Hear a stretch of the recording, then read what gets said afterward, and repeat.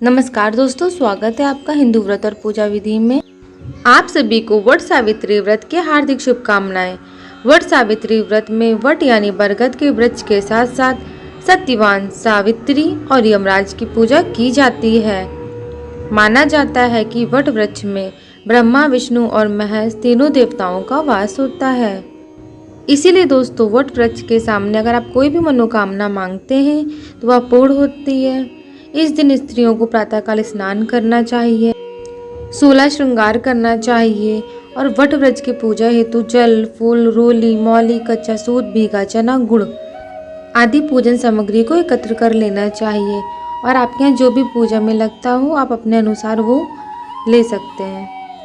दोस्तों, कहीं कहीं पर कच्चा आम चढ़ता है जिसे अमिया बोलते हैं, कहीं कहीं पर आम चढ़ाया जाता है और खरबूजा भी इसमें लगता है। तो सबके अपनी अपनी पूजा की विधि होती है। बरगद की गोलियां भी बनती हैं। तो जिस प्रकार आपके जो भी पूजा होती है वो सामान को आपको एकत्रित करना है। चलिए अब हम लोग कथा को शुरू करते हैं। भद्र देश में एक राजा थे जिनका नाम अशुपति था। भद्र देश के राजा अशुपति की कोई संतान नहीं थी। उन्होंने संतान की प्राप्ति के लिए मंत्रोच्चारण के साथ प्रतिदिन 1 लाख आहुतियां दी। 18 वर्षों तक यह क्रम जारी रहा। इसके बाद सावित्री देवी ने प्रकट होकर वर दिया, हे राजन, तुझे एक तेजस्वी कन्या पैदा होगी। सावित्री देवी की कृपा से जन्म लेने के कारण कन्या का नाम सावित्री रखा गया। कन्या बड़ी होकर बेहद रूपवान हुई। योग्य वर न मिलने की वजह से सावित्री के पिता दुखी थे। उन्होंने कन्या को स्वयं वर तलाशने के लिए भेज दिया। सावित्री तपोवन में भटकने लगी। वहां साल्व देश के राजा घुमत सेन रहते थे। क्योंकि उनका राज किसी ने छीन लिया था, उनके पुत्र सत्यवान को देखकर सावित्री ने पति के रूप में उनका वरण किया। जब यह बात नारद जी को पता चली तो वो राजा के पास पहुँचे और बोले, हे राजन, यह क्या कर रहे हैं आप? माना कि सत्यवान गुणवान है, धर्मात्मा है और बलवान भी है, पर उसकी आयु बहुत छोटी है। वह अल्प आयु है। 1 वर्ष के बाद ही उसकी मृत्यु हो जाएगी। नारद जी की बात सुनकर राजा अशुपति घोर चिंता में डूब गए। सावित्री ने उनसे पूछा, पिताजी, आप क्यों इतने चिंता में हैं? तो अशुपति जी ने कहा, पुत्री, तुमने जिस राजकुमार को अपने वर के रूप में चुना है वह अल्पायु है। तुम्हें किसी और को अपना जीवन साथी बनाना चाहिए। अपने पिता की यह बात सुनकर सावित्री बोली, हे पिताजी, आर्य कन्याएं अपने पति का 1 बार ही वरण करती हैं। राजा 1 बार ही आज्ञा देते हैं, पंडित 1 बार ही प्रतिज्ञा करते हैं और कन्यादान भी 1 ही बार किया जाता है। अब सावित्री हट करने लगी और बोली, मैं सत्यवान से ही विवाह करूंगी।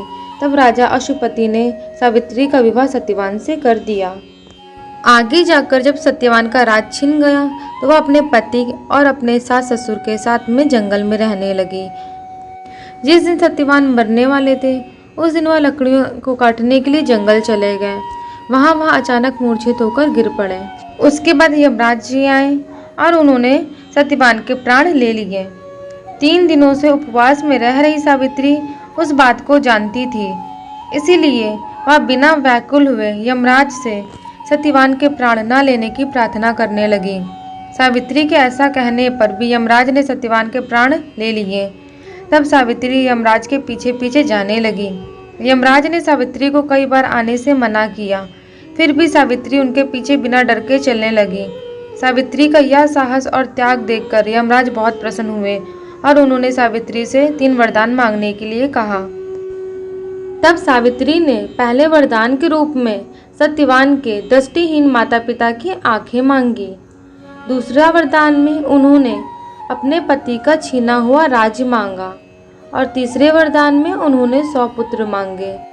यह सुनकर यमराज ने तथास्तु कहा। तथास्तु कहने के बाद यमराज समझ गए कि सावित्री के पति का अब ले जाना संभव नहीं है, क्योंकि जो सावित्री थी वो पतिव्रता स्त्री थी। इसलिए उन्होंने सावित्री को अखंड सौभाग्य रहने का वरदान दिया और सत्यवान को वहीं छोड़कर अंतर्ध्यान हो गए। मित्रों, उस समय सावित्री अपने पति को लेकर वट वृक्ष के नीचे बैठी हुई थी।